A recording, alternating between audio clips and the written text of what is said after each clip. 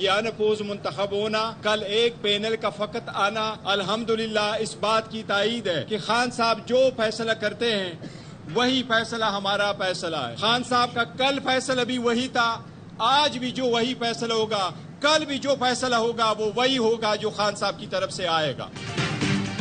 तहरीक इंसाफ के intra party इंतखाबात में बैरिस्टर गौहर बिला मुकाबला चेयरमैन मुंतखब, उमर अयूब बिला मुकाबला जनरल सेक्रेटरी मुंतखब, अली अमीन गंडापुर खैबर पख्तूनख्वा, डॉक्टर यास्मीन राशिद पंजाब, हलीम आदिल शेख सिंध, जबकि मुनीर अहमद बलोच पीटीआई बलोचिस्तान के सदर मुंतखब हो गए।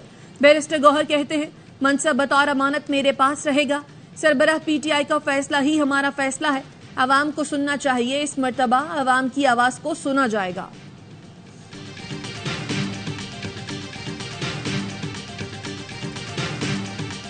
ये जो इलेक्शन है इनके बारे में तो कोई बुनियादी चीजें ही पता नहीं थी। इलेक्शन का प्रोग्राम क्या था, वोट देने वाले कौन लोग होंगे, उनकी लिस्ट कहाँ है, उम्मीदवारों से कब नॉमिनेशन पेपर्स दिए गए, कौन लोग उम्मीदवार थे, क्या वो वक्त मुकर्रर में किसी ने दाखिल नहीं कराए पेपर, सारी बातें बहुत मशकूक लगती हैं।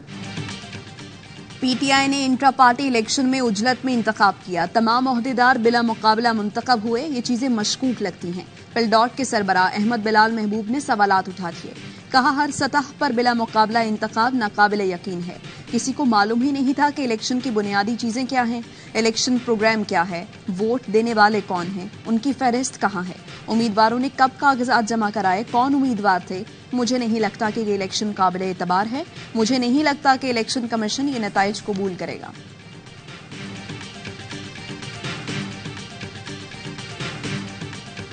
पाकिस्तान के अंदर manipulated, managed, rigged, dictated, selected आज का पाकिस्तान तहरीके इंसाफ का इंट्रा पार्टी इलेक्शन उसकी तस्वीर है।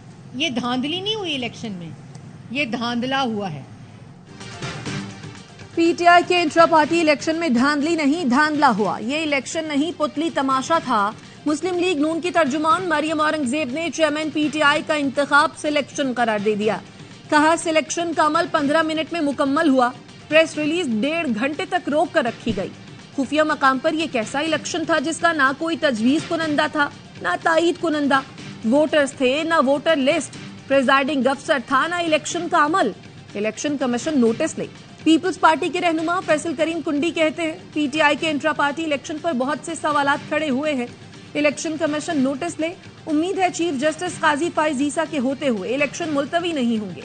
जो लोग पंजाब को गढ़ समझते थे वो उनके लिए गढ़ा साबित हो रहा है। नून लीग वाले आवाम में नहीं गए, हम तो आवाम में मौजूद हैं।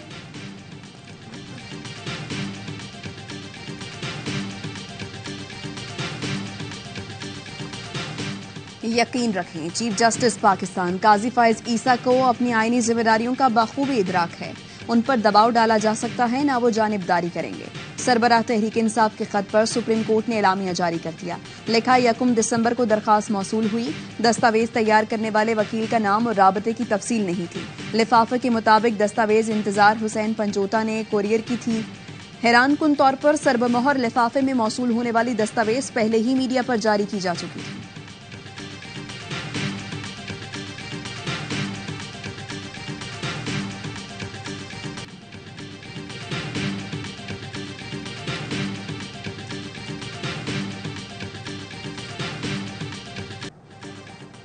अडियाला जेल में साइफर केस की समाअत। शाह महमूद कुरैशी ने कहा, ऐसे केस में ट्रायल किया जा रहा है जिसका सर है न पैर।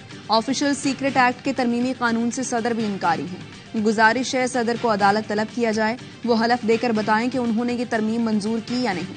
अदालत ने कहा, आप पर सदर आरिफ अलवी वाले तरमीमी कानून की कोई शक लागू नहीं होगी। आपका ट्रायल ऑफिशियल सीक्रेट एक्ट के शक 9 और 5 के तहत होगा। मेरिट पर कार्रवाई करेंगे। समाअत 4 दिसंबर तक मुलतवी।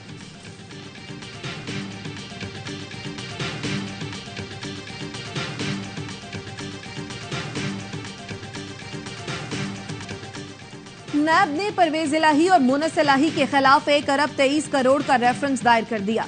रेफरेंस के मुताबिक परवेज इलाही और मुनस इलाही ने गुजरात के लिए गैर कानूनी तौर पर 116 स्कीमें मंजूर कराई। मनपसंद ठेकेदारों को ठेके दिलवाकर रिश्वत ली।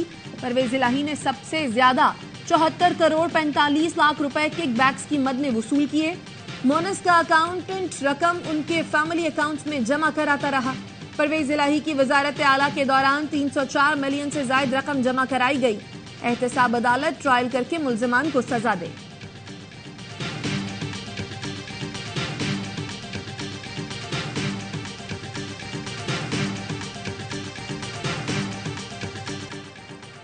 नवाज शरीफ और शहबाज शरीफ की ज़ेर सदारत मुस्लिम लीग नून के पार्लिमानी बोर्ड का पहला इजलास। कौमी, सूबाई और मखसूस नशस्तों पर पार्टी टिकट और उम्मीदवारों का इंतखाब किया जा रहा है। आज सरगोधा डिवीजन में पार्टी टिकट देने के फैसले हो रहे हैं।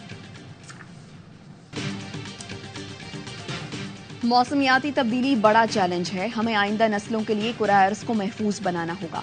निगरान वज़ीर आज़म अनवारुल हक काकड़ का दुबई में कॉन्फ्रेंस से खिताब। कहा, मौसमियाती तब्दीलियों से पानी की फराहमी, ज़राअत और इंसानी सेहत मुतासर हो रही है।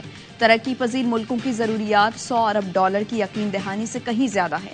2030 तक कम अज कम $6 ट्रिलियन तरक्की पजीर मुल्कों की ज़रूरियात को पूरा करने के लिए देना होंगे। लॉस एंड डैमेज के लिए मौजूदा फाइनेंस सिर्फ $21 अरब हैं। इस फर्क को खत्म करना होगा।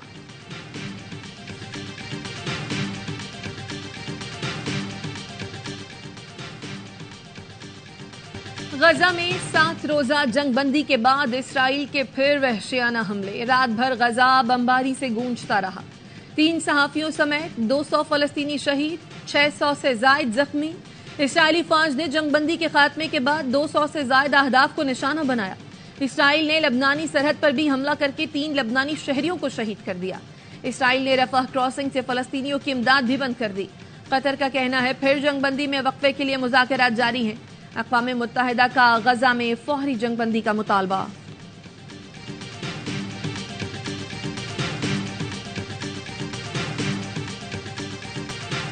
और वर्ल्ड कप में तवक्कुआत के मुताबिक परफॉर्म किया, न टॉप लेवल की क्रिकेट खेली। कौमी क्रिकेटर इफ्तिखार अहमद की वर्ल्ड कप के बाद प्रोग्राम बाउंसर में गुफ्तगू।